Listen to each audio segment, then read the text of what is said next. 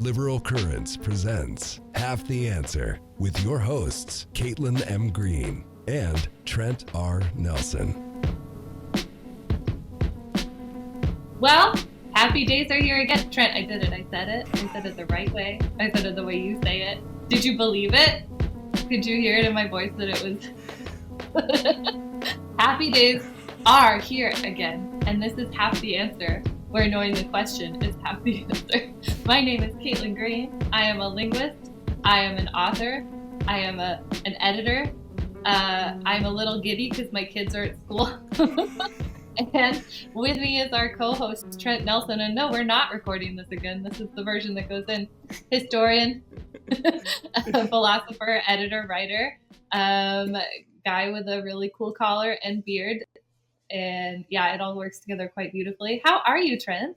I'm doing super duper well, Caitlin. How are you doing today? You know, I had a little setback in that I have to use my tiny handheld microphone again because I can't get my normal one to work. But it's becoming a staple of the show. So that's what I'm saying. It's become wonderful, a little ironic, whimsical. It's a little TikTok, honestly. I don't feel amazing about it. I also I've got a bunch of rings and nails, so I could do a lot of ASMR stuff that could really bother people, but I'm going to try not to do that. Later. That'll be later. When we start to really lose it, I'll bring us back from the edge with the ASMR hacking. And anyway, Trent, who did you bring me? Caitlin, have you ever been hanging out? Maybe it's around Christmas time, maybe it's around Easter time, and you're like, wow, wouldn't it be awesome if I could meet St. Nicholas?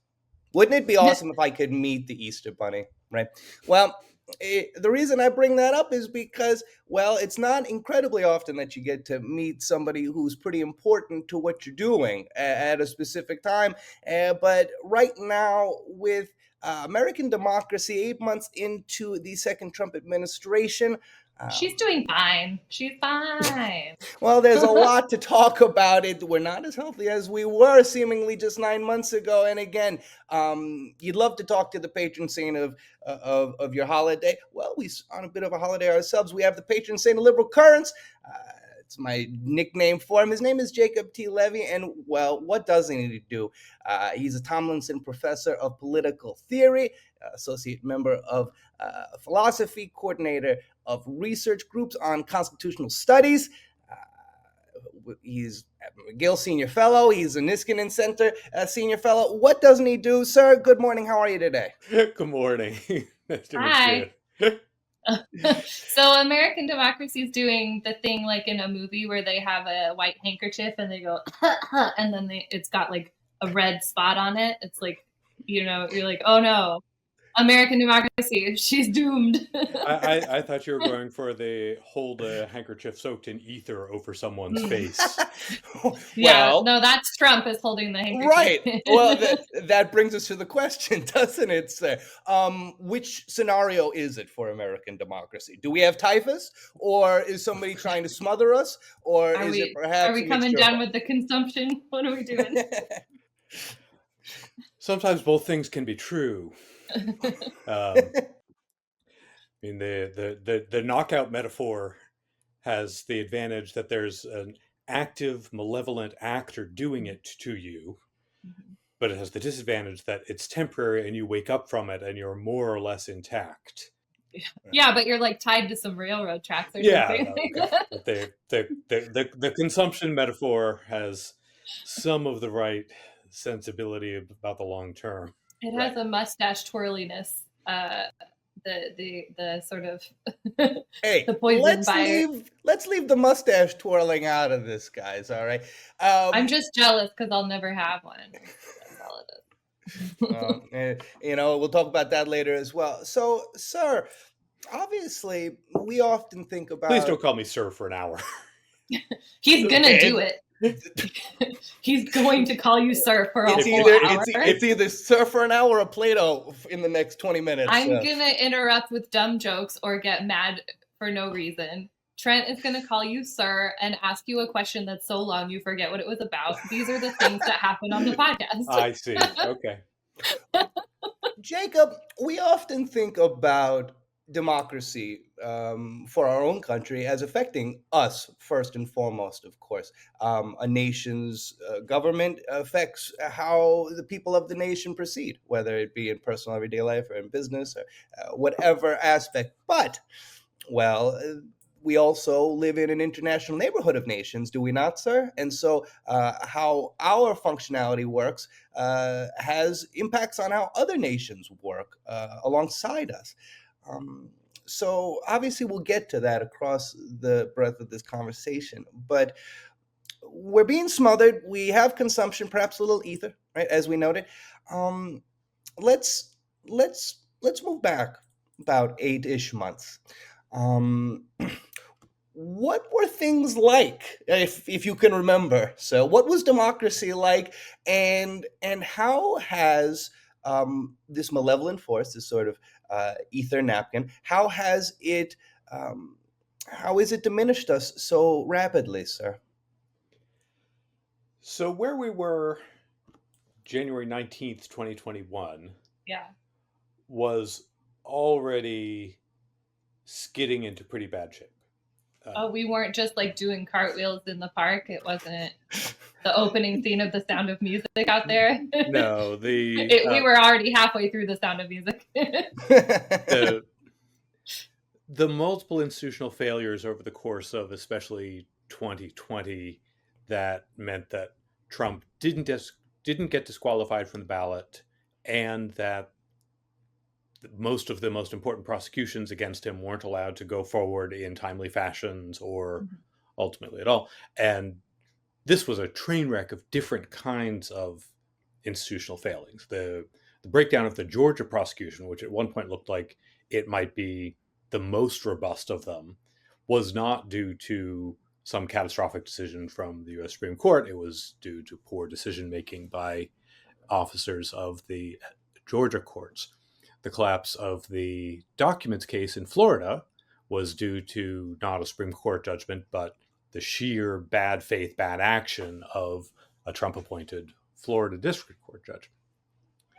But the breakdown of the primary federal case related to January 6th, which had a tremendously solid indictment put forward and a very, very impressive district court and appeals court set of rulings allowing it to go forward. The shutdown of that in Trump versus US around the invented doctrine of presidential immunity for criminal prosecution for so-called core official acts,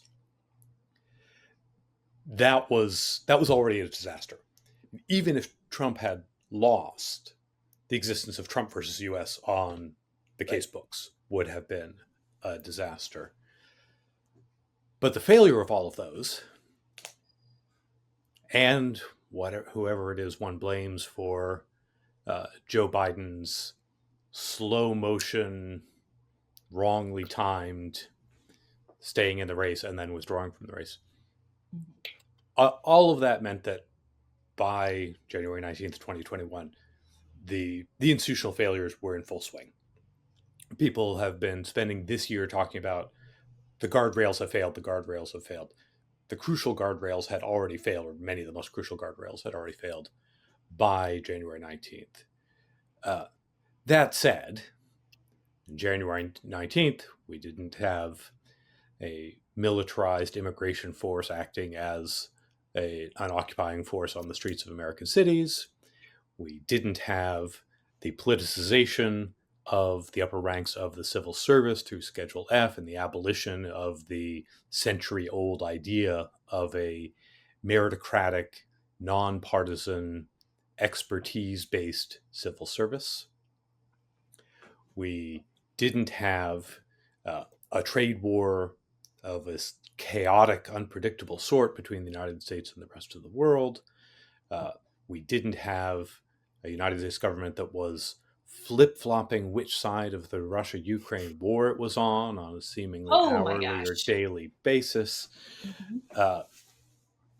Where we were still in a system where norms, rules, and institutions, though they were damaged, though they were often broken in one case or another, were still recognized to be the central organizing facts of American constitutional market democracy.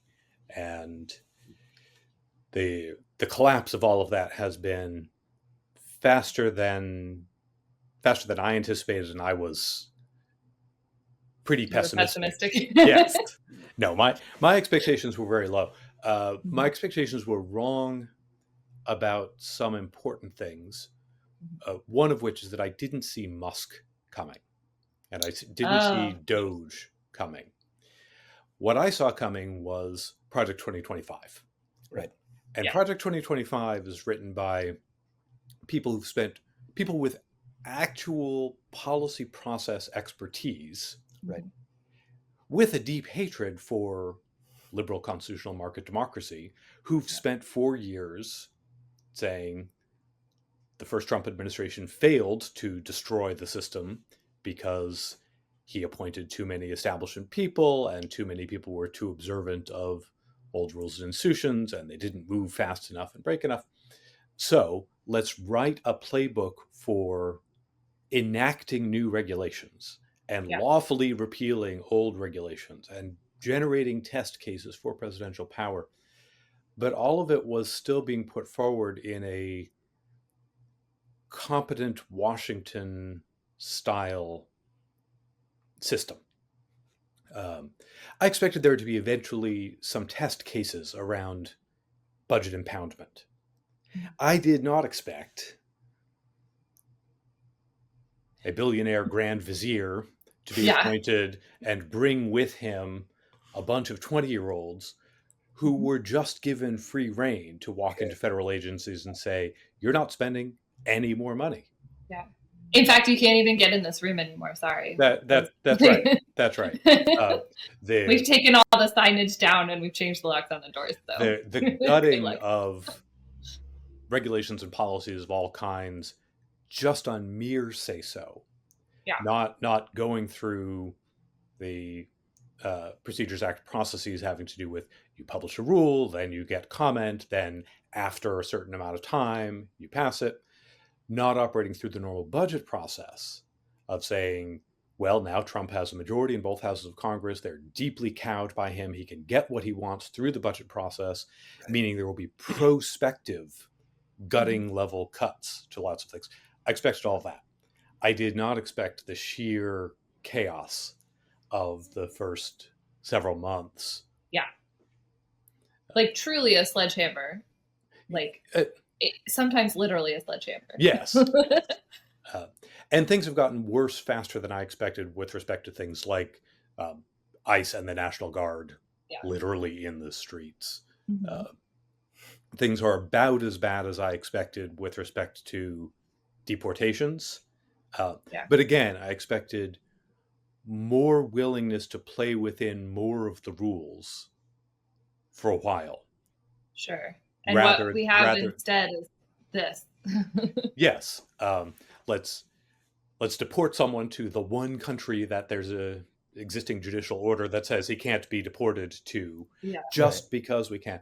And I didn't expect the gulag system. I didn't expect the subcontracting out of detention of migrants to other either right-wing or bribable countries. Right, to places with known human rights problems, where you can pretty much guarantee that you're basically not getting that person back. No, I was imagining a kind of humanitarian catastrophe of people being physically removed across the Mexican border and just left there. Right. But being sent into hellhole prisons in El Salvador was not in my imagination. Right. And now we've got, I think that the Kilmaro Brega Garcia is one of those cases where you're like, I really didn't think this could have happened a year ago, right? The further it goes down the line, the more I just see the Dreyfus affair. It is this man is trapped between a government that doesn't want to take responsibility for having sent him to El Salvador wrongly and literally will not admit it. and we'll do anything. We'll send this man, try to send him to Uganda to avoid this. I mean, just the depths of barbarism.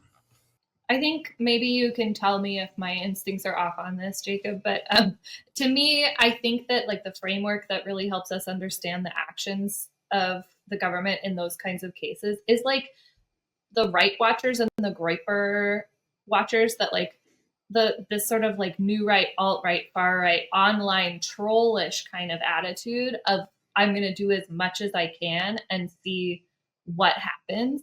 And when you catch me lying, that's my favorite, because then I get to laugh about how you were so gullible. And when you know, like it's that kind of like, it's more fun than anything else to a lot of these guys. It's funny. I don't get any sense that Stephen Miller, even now, has any joy to him. Is he capable of it? I don't think so, right? I genuinely don't.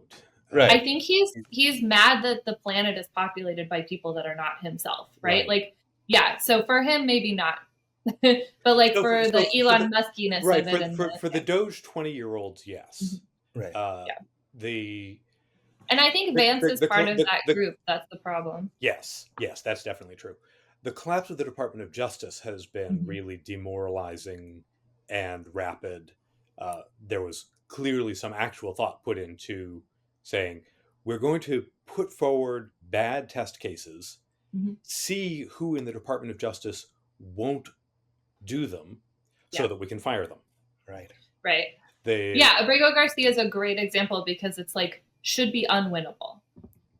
And like, if we can get away with him, then we know like who's on board and who's not. Yeah. I mean, same for the Eric Adams case. Right. Which was just this that's awful, just perfectly openly awful corrupt bargain. And that put a bunch of people at the Department of Justice in a position very, very quickly, too quickly for the frog to boil, just to say, okay, am I going to be part of an openly lawless and corrupt, fraudulent enterprise or not? And you get rid of a bunch of people and you have Emile Bove get into the position that he gets instead. And that sets a tone for the lawyers who are supposed to represent the United States and now represent Donald Trump. Yeah. Those guys, I don't think that they are, even the remaining Department of Justice lawyers, the ones arguing these cases, they don't strike me as the trollish type either. But they've been given a strategy, which is push as far as you can and lie. And the courts are going to continue to presume regularity. Courts do not like holding officers of the Department of Justice in contempt of court. They don't like imputing fraud and bad faith to the representatives of the executive branch. Right. They're extremely reluctant to do so. And I think that the marching orders that have been given to the DOJ lawyers are keep going until we find any pushback. And the farther we get, the farther we get. And so a part of pushing back, as you just noted, is that we actually require judges to push back. We need, as you noted, the sort of, we need to leave that presumption of normalcy.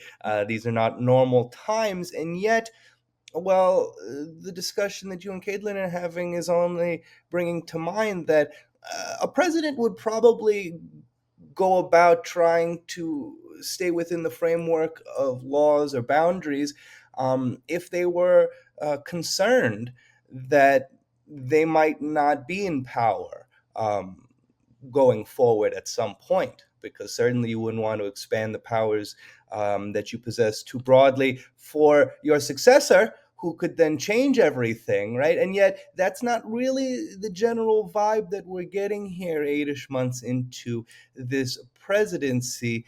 What are your thoughts regarding, obviously this is all conjecture, but the mindset that it takes to go about trying to terraform the United States society and government? Yeah, so now I think we have to disaggregate the administration into different sets of actors. Yeah. What we don't have anywhere is a traditional responsible party apparatus saying, this administration comes and goes, the interests of the party are permanent, Right. and that means that the party has to be willing to act as a braking force so that one administration not destroy the whole electoral future of the party. We don't have that, and we haven't had that since part way through the first Trump administration. We didn't have it as it was clear we didn't have it already in 2020 when the Republican Party didn't enact a platform. The platform was simply what President Trump wants. What Trump says. What Trump said. But we're seeing different people who are acting without constraints now, I think, for different reasons. Trump personally, you can see at least two things going on. One of them is just sheer spitefulness and vengefulness. He wants to punish every actor who, since the mid-1980s, has failed to give him the adulation that he feels entitled to, and he really wants to punish everyone who, since 2017, has called him to any kind of account for any of his misconduct.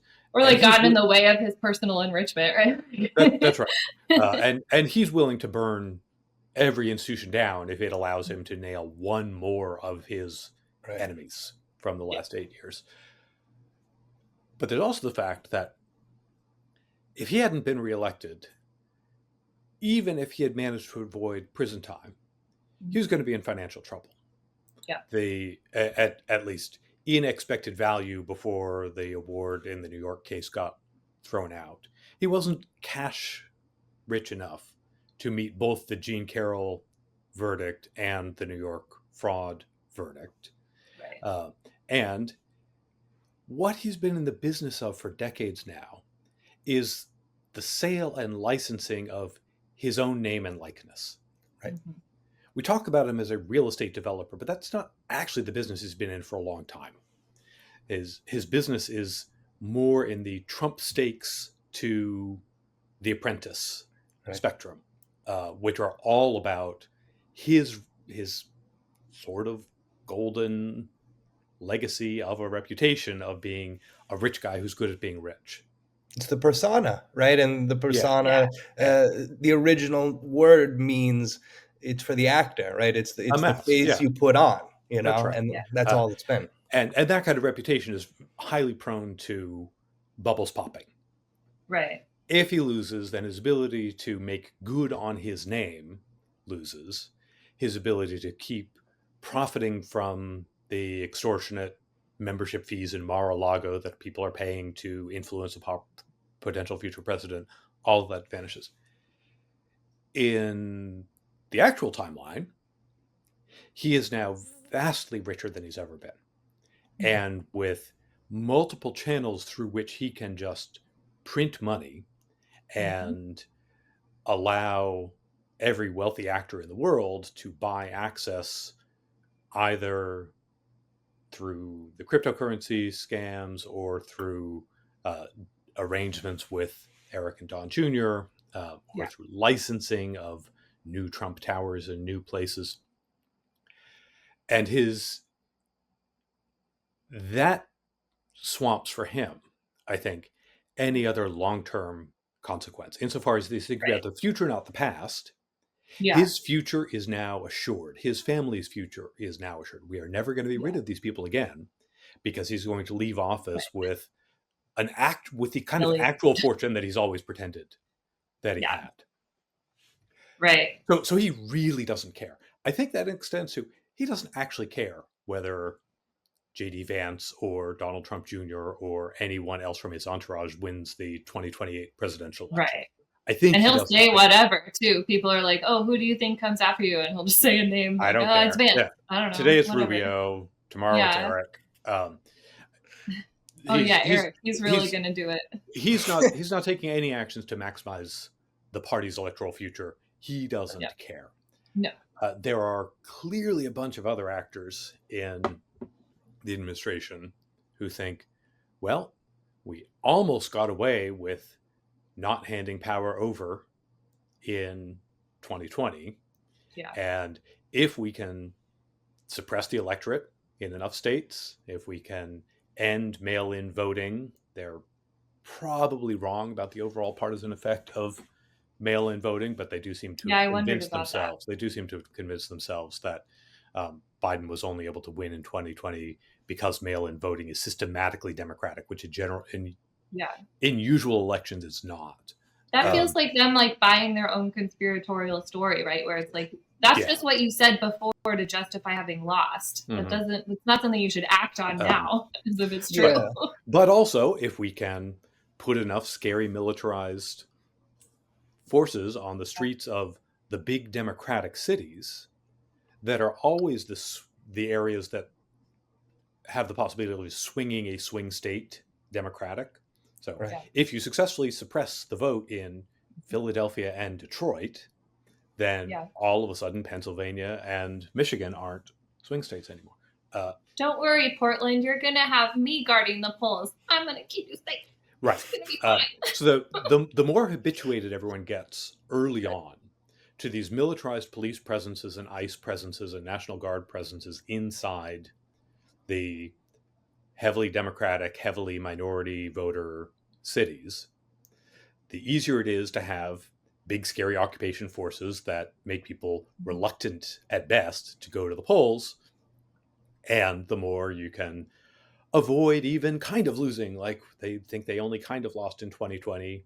They only have to change a little bit, they think, in order not to actually lose again. That's not a strategy about building an electorate. It's a strategy about shrinking an electorate. Yeah. But they think they have the tools in hand now to start to shrink the electorate. Yeah, it feels like the silent majority myth has kind of died, where they're like, okay, listen, most people do hate us, but we're going to stop them from telling us about it. I don't think they think most people hate them. But they do think they don't. They're not going to have an actual voting majority. They think that they can get an actual voting majority with just a little bit of. Well, this intersects with their perception, or perhaps even conception, of the culture war. They feel as though they're still on the back heel of that they're trying to push back against it, but that they've been set back 30, 40, 50 years, and that the culture is just not really into what they have to say. I agree that I don't think they think that they're hated. I think that they think that there is still a silent majority. And that's what's great about a silent majority, Caitlin, is that it can always be somewhere. You just have to. If you want it to be, baby, it's, you can't see it or hear it. It goes to another school in Canada, but it's there. And we totally did it this weekend. As someone who's at a really existent university in Canada, all of that's slightly awkward. Sorry. But the more heavily invested someone is in something like Great Replacement Theory, or any of the versions of effectively white nationalist pronatalism, the more they're admitting, if you pay attention, we don't currently have a majority of the United States behind us. We think that one way or another that's illegitimate because the right people, the real people, are on our side, and we need for there to be more of them. But they recognize that, for example, the white pronatalist takeoff hasn't happened yet. And even if it does happen, it takes 18 years to get a whole bunch of more white conservative patriarchal voters. Yeah. Well, this is where they can bring in that idea of like institutional capture, right? Where it's like, well, the left wing has captured the universities, so they're stopping the young people from learning the truth, capital T, the truth, and they've captured Hollywood. You know how Hollywood is. It's full of, you know who Hollywood is full of. It's run by, and they're stopping everybody from having the right opinion. Yeah, man. Speaking of things that I didn't see coming, getting as bad as they were, as fast as they did, the war in universities has been much, much worse, much, much faster than I anticipated, and much broader. Yeah. In that I expected DeSantis style war on wokeness in universities, an attempt at direct violations of academic freedom, direct curricular control to prevent the teaching of anything like African American history or women's studies. I didn't expect the willingness to sacrifice science and medical research. Right. I didn't expect that to be used as a tool with which to bring the major private universities to heel. Yeah. Or the willingness to gut foreign student enrollment, given how heavily how disproportionately STEM the international student enrollment is, and how graduate student heavy international student enrollment is. The willingness to say, we don't care. We're willing to see the collapse of the American scientific and technological machine. Because what they really have a problem with is access to a quality education for normal people, right? Like, turns out. What they think they have a problem with is the cathedral, as weirdos like J.D. Vance. Oh, God. It's everywhere for those with eyes to see or whatever the fuck. Well, that was kind of leading into my question, sir. Jacob, what is that purpose for? Is it as a cudgel, as you noted, or is it because they don't understand how our soft power functions vis-a-vis the rest of the world, and how we bring folks in and how they are a part of our society and all those types of things? Or is it something even else? So the soft power thing is strange because there seems to be a real disavowal across the now Trumpian movement of the idea of soft power. Right. Soft power isn't real, only hard power is real. At the same time that there's no attention to things like how it is a smart, strategic, hard power emphasize great power should act. So they're not doing any of the hard power maximizing things with respect to alliances, for example. Right. But they clearly just don't believe in soft power, and they don't believe that soft power is valuable, insofar as soft power has been a kind of liberalizing force. That what it is that has influence in the world is the vision of a free, equal, diverse society put forward by educational elites and cultural elites and Hollywood. They're actively against it. That's not bolstering the America they want to see. I don't think that's enough to get you this much war on the universities in particular this fast. I think that there's a combination there of really plain old ressentiment. Someone like Trump, who has a whole lifetime of status insecurities about the people who think they're better than he is.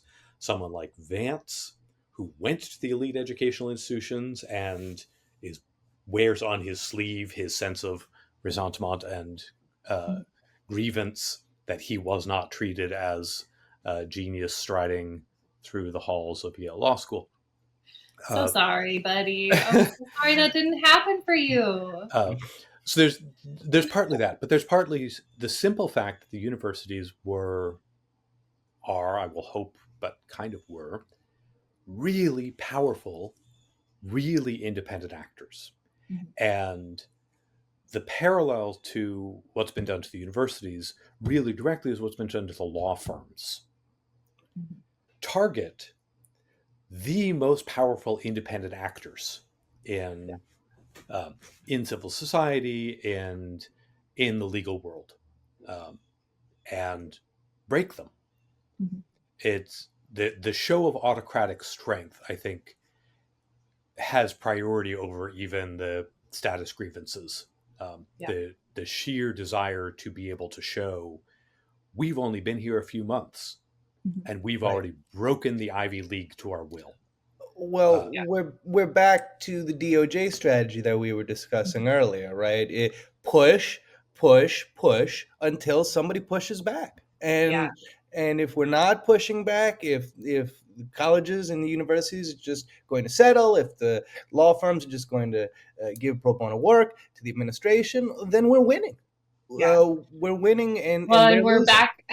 we're back to that thing of, when the bully confronts you in the lunchroom, all you got to do is just give him your lunch money and he'll stop bothering you forever, right? You Classic.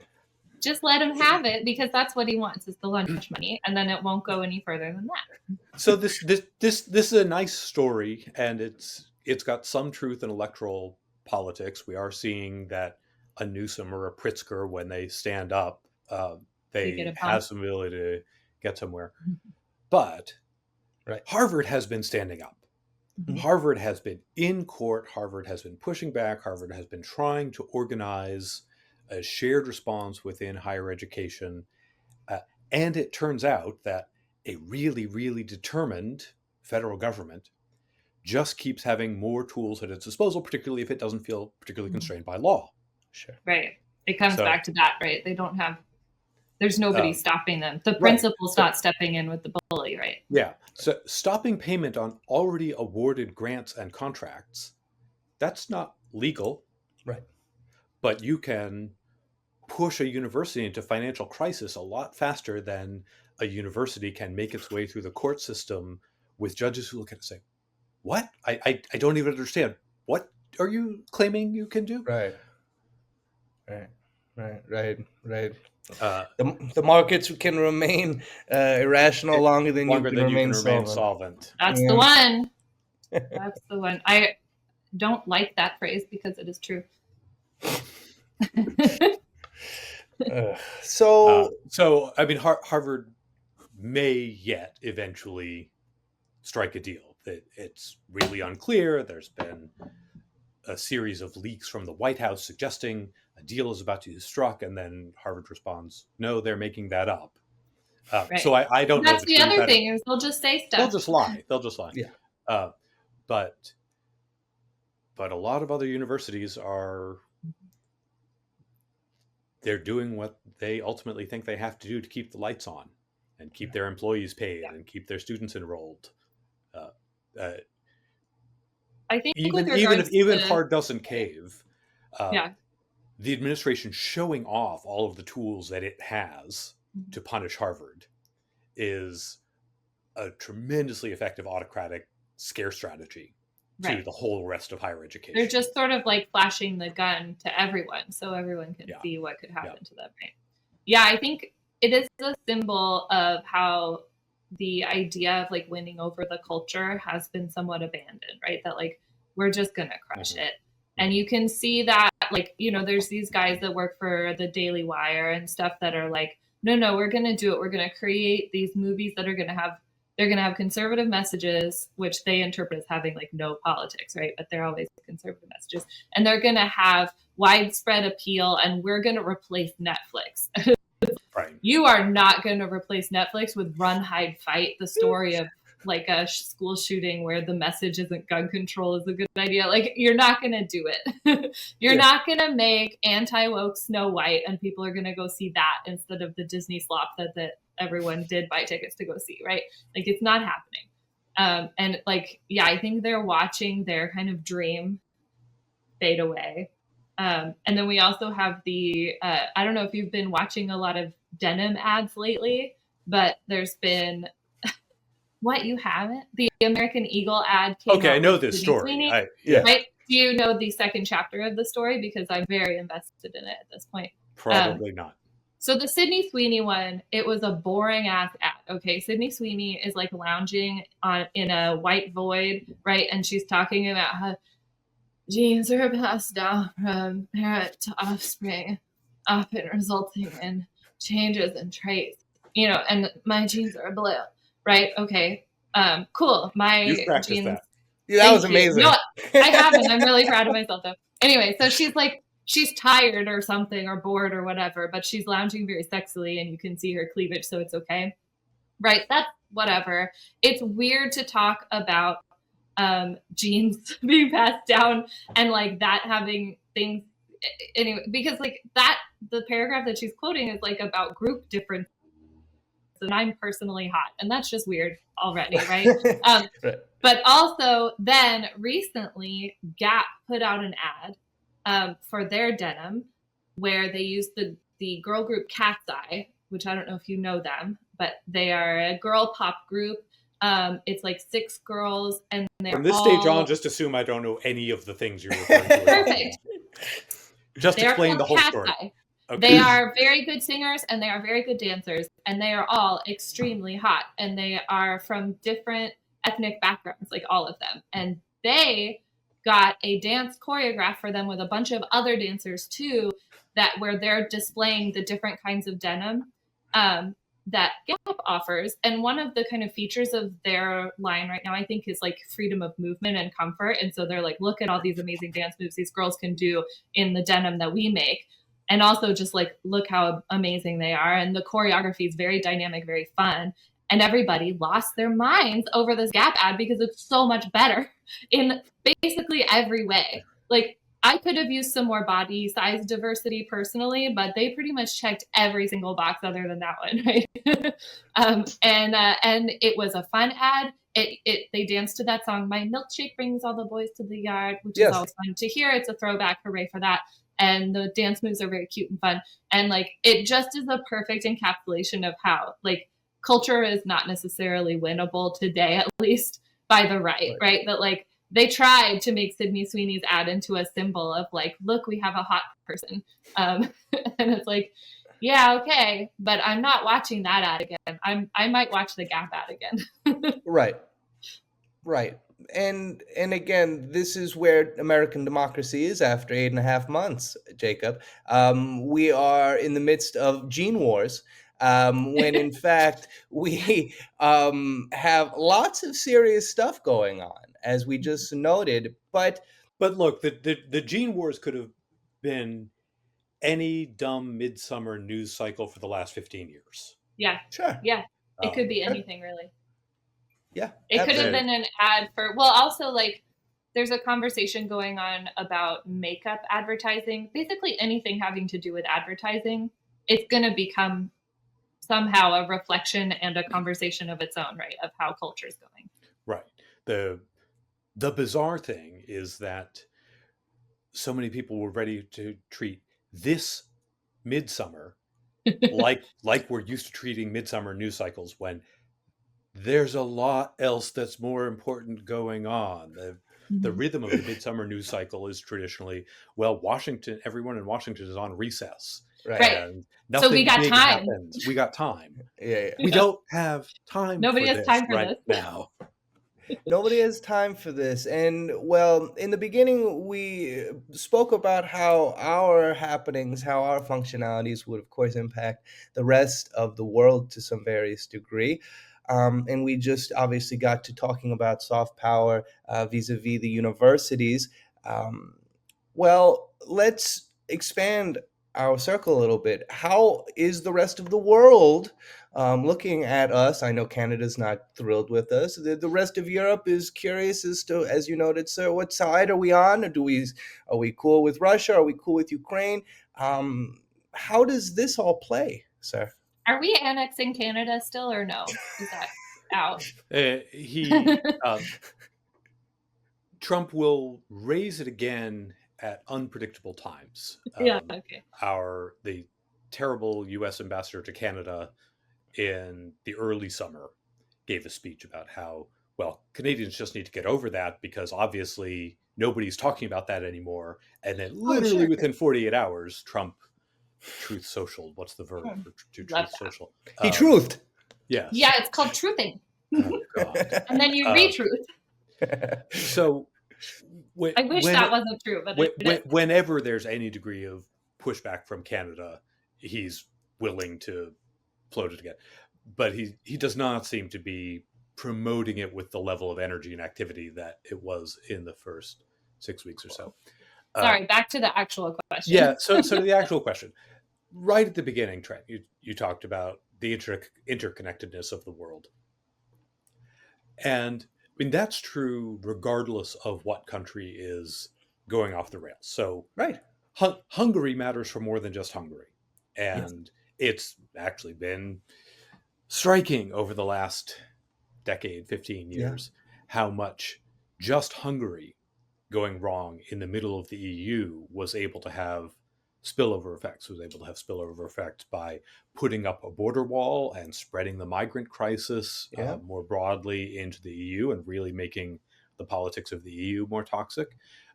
It had spillover effects by damaging the shared governance institutions of the EU. It had consequences by impairing the shared European front with respect to Russia and Ukraine. And it had really dramatic soft power consequences, because Orban has been cultivating the worldwide right-wing network of people like Steve Bannon and Patrick Deneen to put forward an understanding that Hungary is the vanguard country of a cultural counter-revolution. So bad enough when it's Hungary. It's completely off the charts different when it's the United States. Right. And when we're still living under institutions that the United States basically created after World War II, that the United States was always at the hub of, or the center of. So, for example, and this isn't even the worst example, but it is a very big, important one to liberals, what does the World Trade Organization look like after this?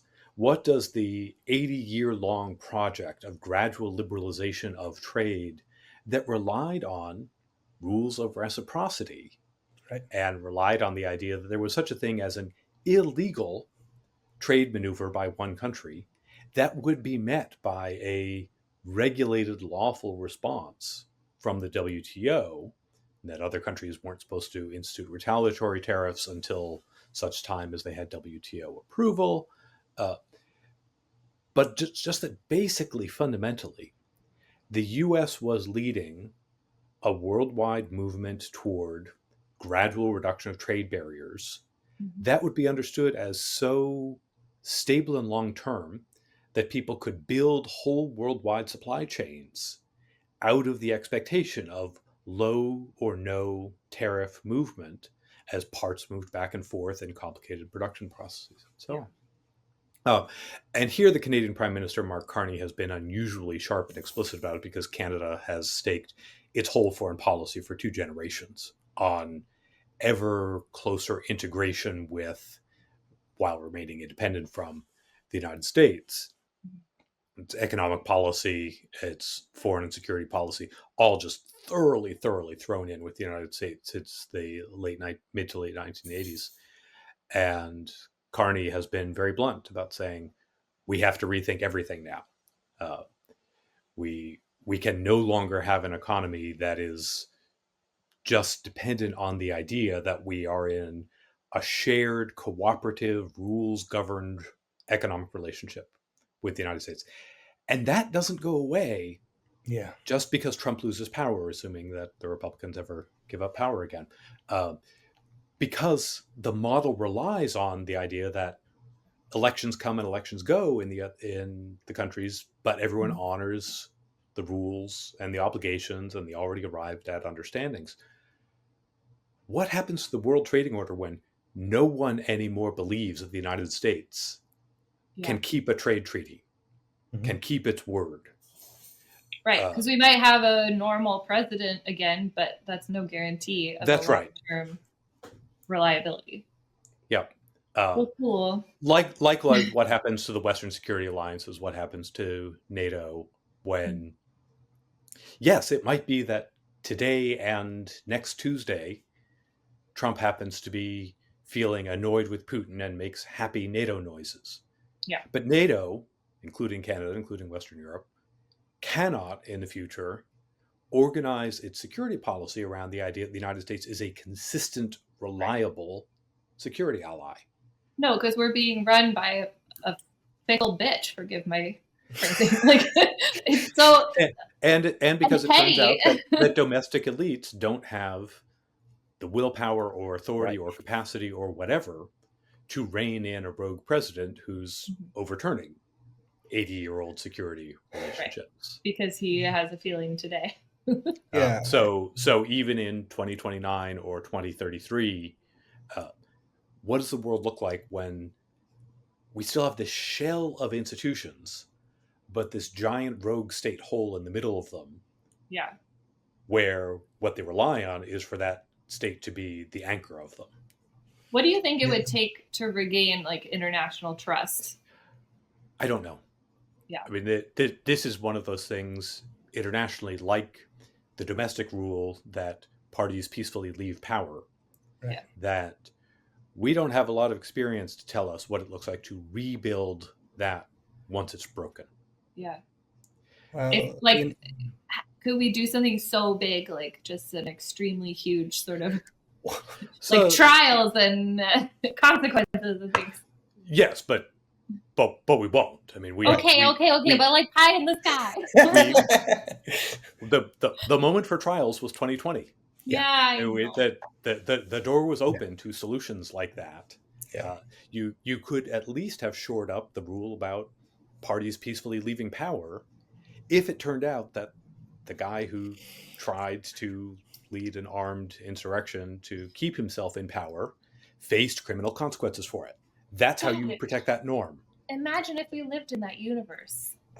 But again, so we speak often about trust in interpersonal relationships, and it's not too different in international relationships. It is. You laugh. It's not so different. It takes time to develop and build trust within one another, right? And yet, it takes just that to destroy trust.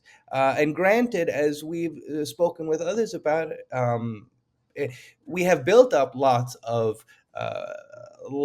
goodwill, right? But we are speeding through it right now at a high rate of speed, and we know we have to let you go sooner than later, Jacob. And while we're on this, and before we go, because right, I think this is of interest to a lot of people within the liberal currents world, but there's debate over it.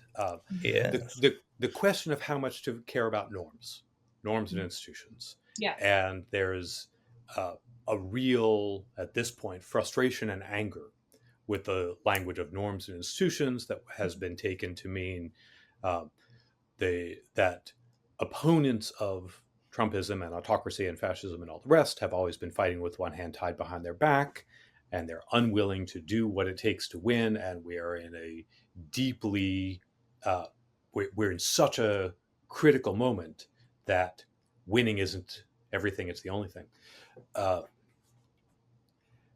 And the view that I just described, even though I have genuine emotional sympathy with it at this point, is not my view, because the world that we were trying to protect and the world that we are now going to be trying to rebuild is a norm-governed world. Right? As far as I'm concerned, for liberals, it can't make sense to say, forget norms, we have to win. Yeah. Because the thing we're trying to win for is a norm-governed order. Now, this is maybe different for people who are farther left than liberals. For people who say, for us, winning means a particular kind of governing coalition. It means these people in charge, not those people in charge. Right. But the liberal vision is not a vision of as long as the liberals are in charge. Yeah.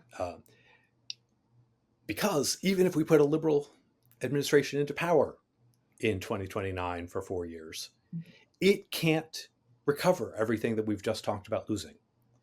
Yeah. And all of those are tremendous losses from a liberal perspective. So the question of what means to be willing to use to get through this crisis, if there's any getting through, has to have one eye on the thing that we're fighting to reclaim or defend or restore or build better in the future, which is still a system with the rule of law, a system with a relatively apolitical rule of law, a system with a relatively independent expertise governed civil service. I don't want a future center-left administration running around with Schedule F still in place. It's not that I think the wrong people are being put in the politicized upper ranks of the civil service. It's that we want an independent expertise governed civil service. I don't want a left-wing commissar running the universities. I want Yeah. no commissar running the university. Right. Right. So I think when it comes to norms, it's important to be specific, right? About which norms and why are they there? And that's right. And insofar as norms are just articulations of niceness or gentility or old-fashioned bipartisan moderation among senators, fine, out the door with all of that. I'm not talking about saving the filibuster. Yeah, but right. I am talking. Well, because it's a norm. It's already there, so we have to keep it, right? No. But I am talking, for example, about I don't want Democrats learning the lesson that maybe after we win the next election, we shouldn't leave power peacefully. That's not the world we're fighting for. No, that's a norm that we like. The norm where when you lose, you go away. Absolutely. No, and that is really important, and we appreciate that, Jacob, because again, if we throw at everything, then we're not actually trying to preserve what we had, even though, we can always look to improve what we had, right? Sure, but if the new thing we're trying to build is a liberal thing, then it is still going to be a norm-governed, law-governed system. It's almost like we live in a society, you guys. Don't you think? Absolutely. I mean, you joked about the filibuster, right? But the filibuster was in itself an innovation on previous norms, right? Made to help us get some booking. Can you believe that we had two ways of stopping progress in the House and the Senate until 1894 or whatever? I mean, absolutely unbelievable. But sir, it's too many. Thomas B. Reed had to shut it down. Well, sir, we're going to have to move to shut this down, although we would love to keep talking with you. We hope that you'll come back sometime. Before we do leave, however, we're going to play a little game that Sam likes to play over on Neon Liberalism. I know. What is this, a cross episode? Crossover? Is she going to pop in here? Maybe. What... If you had the magic wand, if you had the ability, right, how would you make things not like they are right now? Good Lord. This is, of course, not the kind of thing that we should believe in. How dare you? We don't believe in one person having the power to change things. We don't believe in... If you had a coalition... acting on other people's... Listen, Professor, answer the damn question. I know. Look, there's something tempting about saying, just get Trump v. U.S. to turn out the other way so that the trial goes forward last year. That feels like a relatively small change and not a change that violates a whole bunch of people's free will. Sure. There's something that says...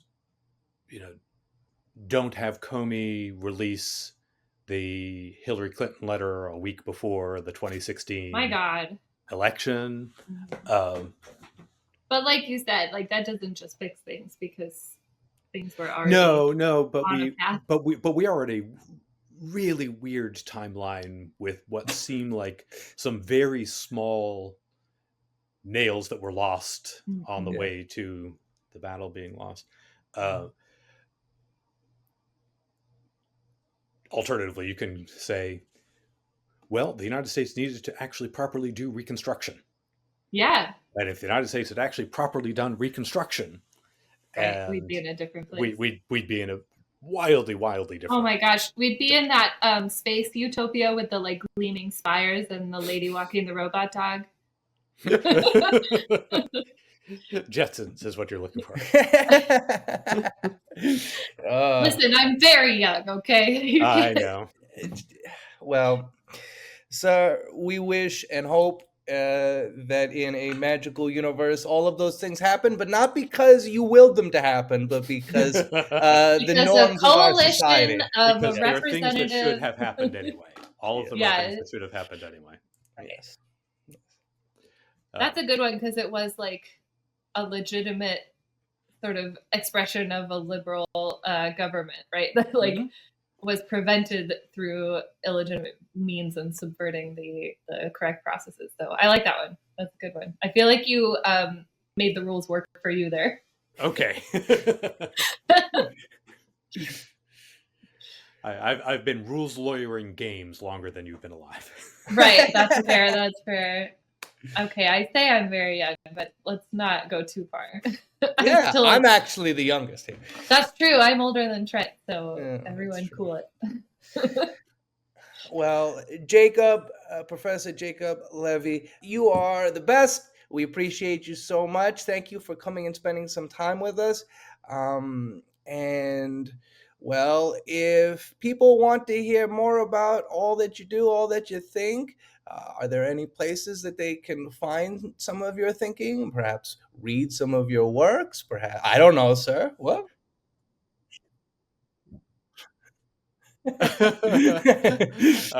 My all of my writings on public matters are assembled on one single page of my website, jacobtlevy.com. My most substantial contribution to liberal theory is in my book, Rationalism, Pluralism, and Freedom, published by Oxford in 2015.